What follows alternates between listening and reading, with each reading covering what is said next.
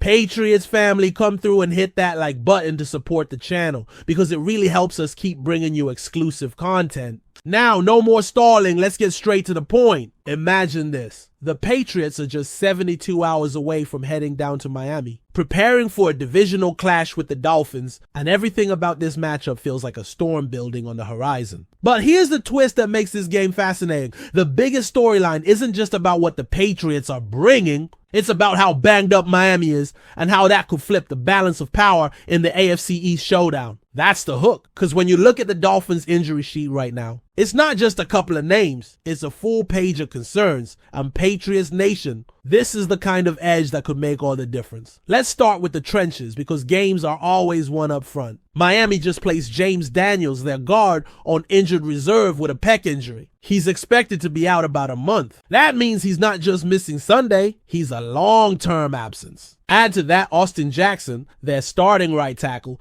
dealing with a toe injury. Mike McDaniel tried to play coy with the media, saying Jackson hasn't been ruled out, but deep down he's preparing for life without him. If he doesn't go, it's Larry Borom sliding into that spot. Now think about this. You've already lost your starting guard. You're possibly without your starting tackle. And you're plugging holes against the Patriots defensive front that just finished wrecking shop with Milton Williams and Harold Landry. Two guys who are flat out terrorizing quarterbacks right now. Landry leads the league in sacks, and Williams has been living in the backfield. Miami could be in deep trouble, and here's where it gets even juicier for us as fans. Desperate teams do desperate things. Miami just went out and signed Cole Strange. Yes, the same Cole Strange the Patriots took in the first round not too long ago. The same Cole Strange who couldn't cut it in New England, got released, bounced around practice squads, and is now suddenly a solution for Miami's offensive line. McDaniel insists this wasn't about Strange knowing the Patriots system,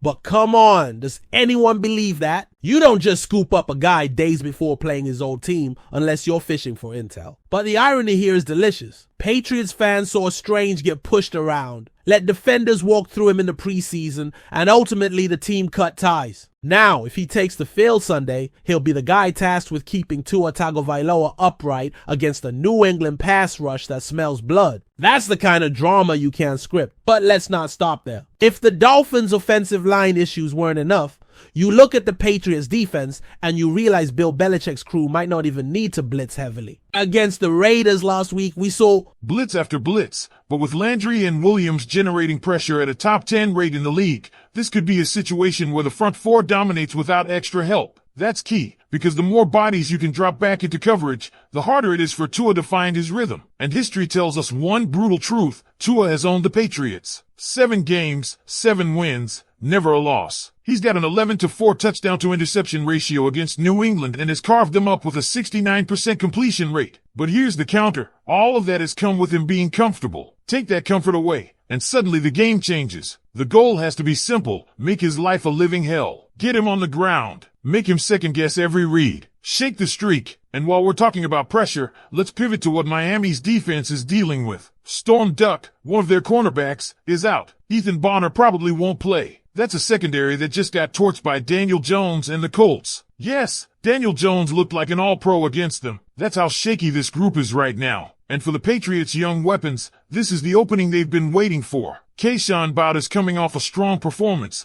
and fans are already buzzing about his potential. Demario Douglas, though, has to bounce back from that brutal -2-yard game last week. That can't happen again. And then there's the wild card, rookie Kyle Williams. Patriots fans, this one hurts. He played only 7 snaps last week. 7. That's it. And yet, he was drafted for one reason: speed. He's the guy who can stretch the field, take the top off of defense, and right now, against this depleted Miami secondary, he should be the one they unleash. No training wheels, no holding back, let him run. Think about the matchup possibilities. You've got Stephon Diggs, who only saw about 50% of the snaps last week as the Patriots eased him in. He still managed to create almost 4 yards of separation per route. That's elite. Give him more snaps. Line him up against Miami's backup corners, and it's a recipe for big plays. Mix that with Williams as the deep threat, Douglas working the slot, and Bob continuing his momentum, and suddenly Drake Maye has real weapons to pick apart a secondary missing key starters. If Daniel Jones can shred these guys, why can't Maye? This is the storyline heading into Sunday.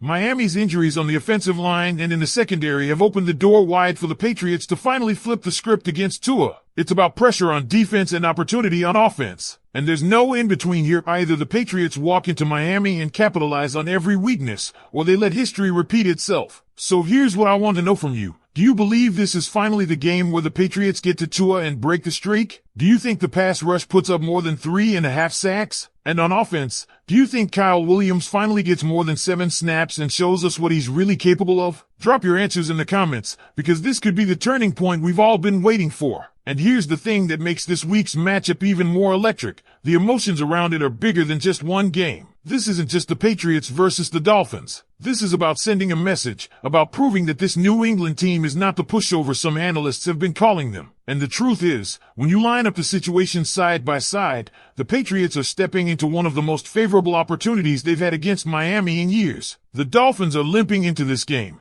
and if the Patriots don't take advantage, it's going to sting even more. Let's go deeper into the trenches, because that's where this game really tilts. When you strip away Miami's starters and plug in backups like Kean Smith at guard, what you're really doing is setting up a mismatch nightmare. Smith got thrown into the fire last week against Indy after the injuries piled up, and his Pro Football Focus grades told the whole story. A 52 overall grade, pass blocking at 59.6, run blocking falling off a cliff. That's not going to cut it when Jerod Mayo is on the other side. Remember, Mayo is not just filling up the stat sheet, he's leading the league in sacks right now. 2.5 sacks last week, 7 total pressures. Then you throw Milton Williams into the mix, who was generating pressure on nearly a quarter of his pass rush snaps, and suddenly you don't need to get exotic on defense. No need to blitz heavy, no need to risk leaving Tua quick outlets. Let the front four do the dirty work and clog the passing lanes behind them. And Patriots fans, imagine how different the tone could be by Sunday night if New England does what no team has done since 2020, hand Tua Tagovailoa a loss against the Patriots. 7 straight games he's had their number. 7. Every time the Patriots thought they had an answer, he carved them up with timing throws, efficiency, and precision. But those wins came behind cleaner pockets and healthier lines. This time, it's different. This time, he's got a patchwork wall in front of him,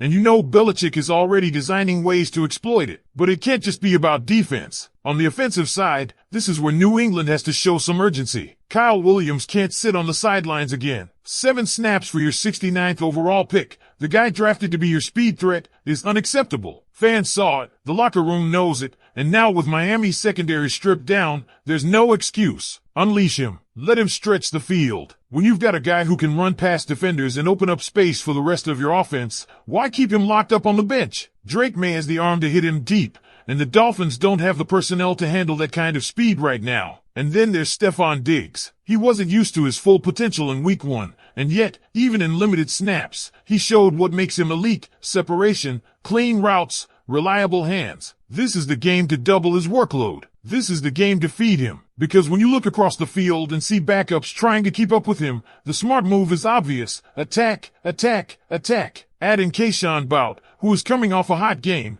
and the Patriots have the chance to put Miami on their heels early. And let's not forget Demario Douglas. Last week's performance was forgettable, negative yards, frustration all around. But this is the perfect bounce-back spot. Slot receivers thrive against thin secondaries, and Douglas has the quickness to make a difference. What excites me most, though, is the potential balance. The Patriots can play complementary football here. On one side, the defense forces Tua into uncomfortable situations, collapses the pocket, and dares him to test the secondary under duress. On the other, the offense capitalizes on Miami's defensive injuries and keeps the pressure constant. That's how you win in hostile territory. That's how you silence a divisional rival that's been running its mouth all week long. Think about the bigger picture. If the Patriots win this game, they don't just pick up a divisional victory. They send a signal across the AFC East that this team isn't done, that the rebuild is real, and that even against a quarterback who has owned them for years, they can flip the script. It would be a psychological win as much as a standings one. And that's why I keep coming back to this. Sunday is not just about football, it's about pride. It's about showing that when Miami is vulnerable, New England has the killer instinct to pounce. Because if they let this opportunity slip, the questions are only going to get louder.